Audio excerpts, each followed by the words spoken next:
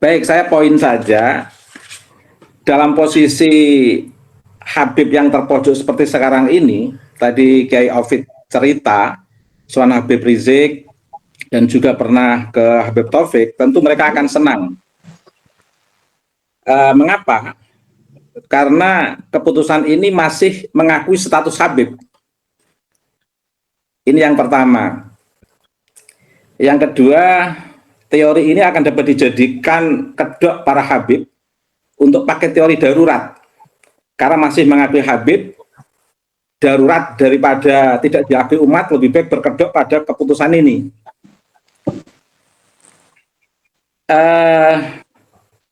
Dan keputusan ini, jika itu masuk ke sebuah kebijakan atau menjadi sebuah common sense publik, ini sama halnya ini akan melindungi kedustaan dan kebohongan habaib.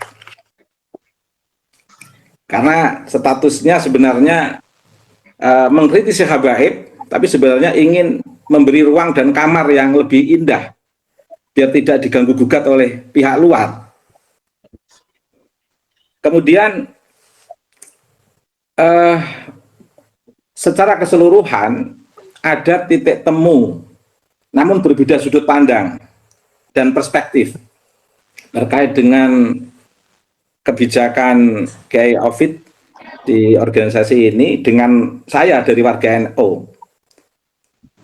Titik temu dalam beberapa hal yang memang di situ berdampak kepada hegemoni dan relasi kuasa, karena memang di pandangan mainstream warga NU, saya tidak bicara organisasi NU karena saya tidak dari organisasi NU, tapi saya berbicara dari warga NU karena saya sebagai warga NU. Dari mainstream warga NU itu dalam konteks dampak ekses hegemonik yang muncul ke permukaan dan ekses munculnya fenomena Habib dalam konteks terbentuknya relasi kuasa yang tidak seimbang, mungkin bisa kita rasakan ada titik kesamaan. Tetapi dalam memahami posisi Habib itu berbeda.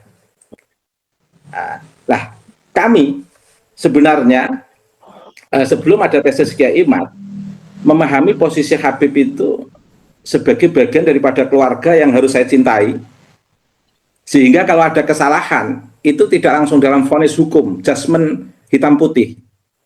Karena namanya keluarga, ada proses transisi, namanya anak ada proses transisi, namanya keluarga ada proses sisi-sisi manusiawi, yang itu semua sebagai proses ruang kehidupan kemanusiaan yang akan kita pahami sebagai sesuatu yang wajar, tidak secara hitam putih langsung mengedepankan sebuah judgement, sebuah keputusan hukum. Itu kalau Habib benar sebagai cucu Nabi. Tetapi yang menjadi persoalan sebenarnya teori keputusan ini itu sudah tertinggal Kiai Aufid dalam memahami Habib. Sebab dalam mayoritas warga NU sekarang ini itu sudah memahami Habib seperti tesis Kiai Imaduddin. Sudah masuk pada wilayah simpulan tes uji DNA, juga sudah masuk pada wilayah simpulan kajian filologi. Jadi keputusan Kiai Aufid itu sebenarnya sebuah paradigma yang belum munculnya isu diskursus nasab ini. Nah, setelah muncul isu diskursus nasab ini, itu sebenarnya sudah masuk kepada wilayah shifting paradigm, sudah masuk pada wilayah kontrol paradigma yang sudah bergeser. Paradigma dalam memperlakukan Habib dalam mindset warga NU sebagai Sadat Ashraf. Nah, sekarang ini Habib itu dalam mindset mayoritas warga NU itu sudah tidak masuk dalam konteks Sadat Ashraf. Karena sudah ada shifting paradigm pasca riset Kiai Imad dan pasca uji DNA serta pasca kajian filologi.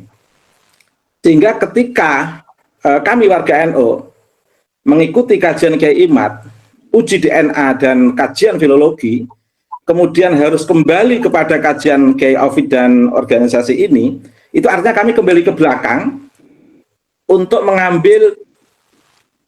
menerima hukum darurat yang mungkin bisa dijadikan perlindungan habaib. Teori ini itu bisa dijadikan perlindungan habaib, teori keputusan Kiai Aufid ini.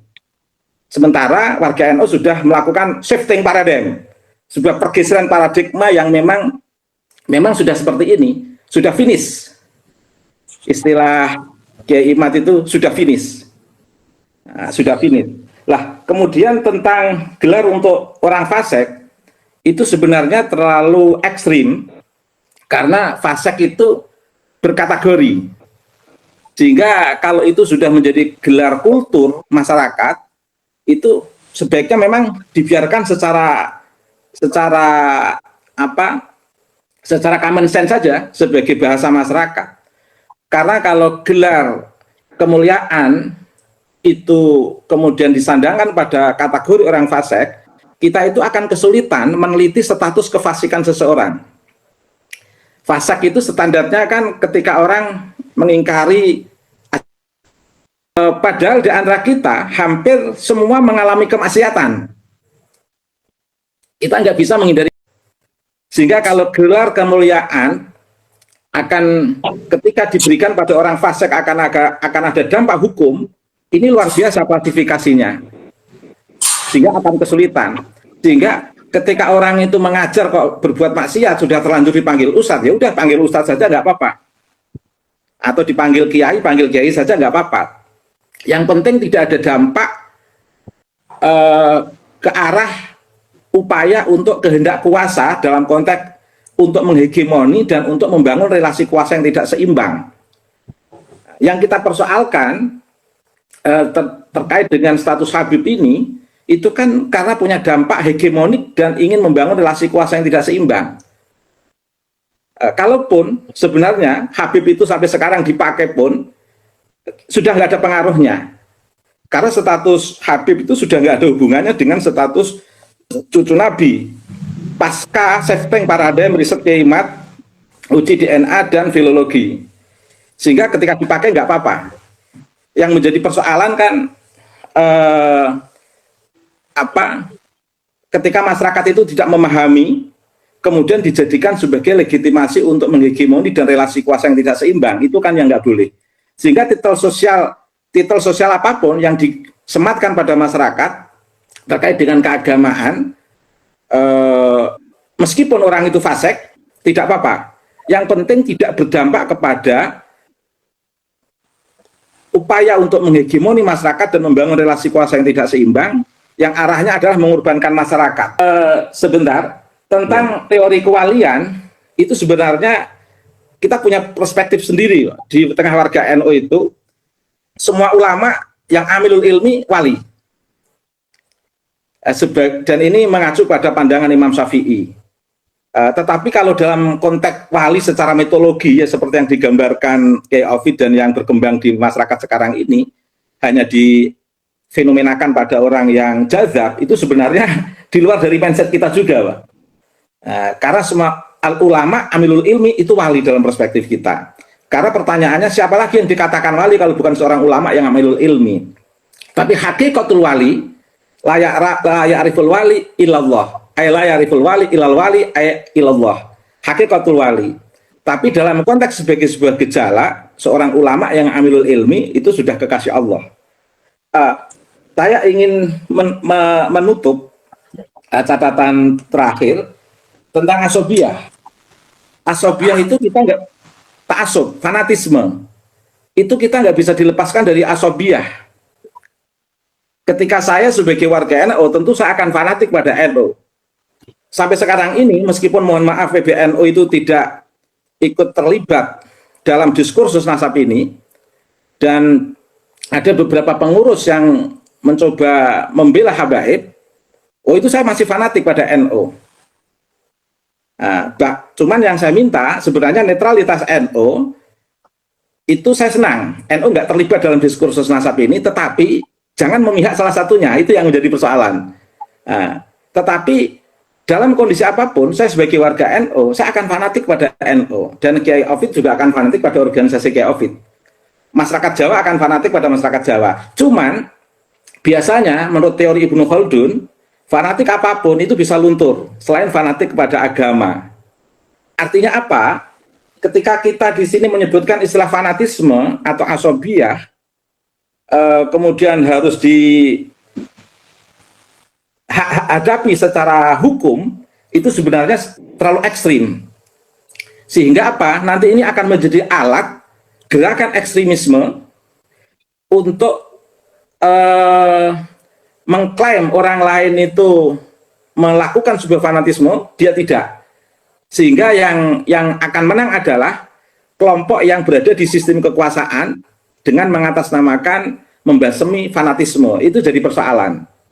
Makanya gerakan-gerakan fanatisme manapun silahkan, asal tidak mengarah kepada upaya hegemonik terhadap kepentingan umum, upaya membangun relasi kuasa yang merugikan kepada masyarakat publik, sehingga hak-hak kewarganegaraan tetap terlindungi dan prinsip-prinsip kewarganegaraan tetap diberikan sebagai bagian daripada hak dalam kehidupan berbangsa dan bernegara. Baik, sampai di situ dulu Mas, catatan saya Mas. Terima kasih. Terima kasih.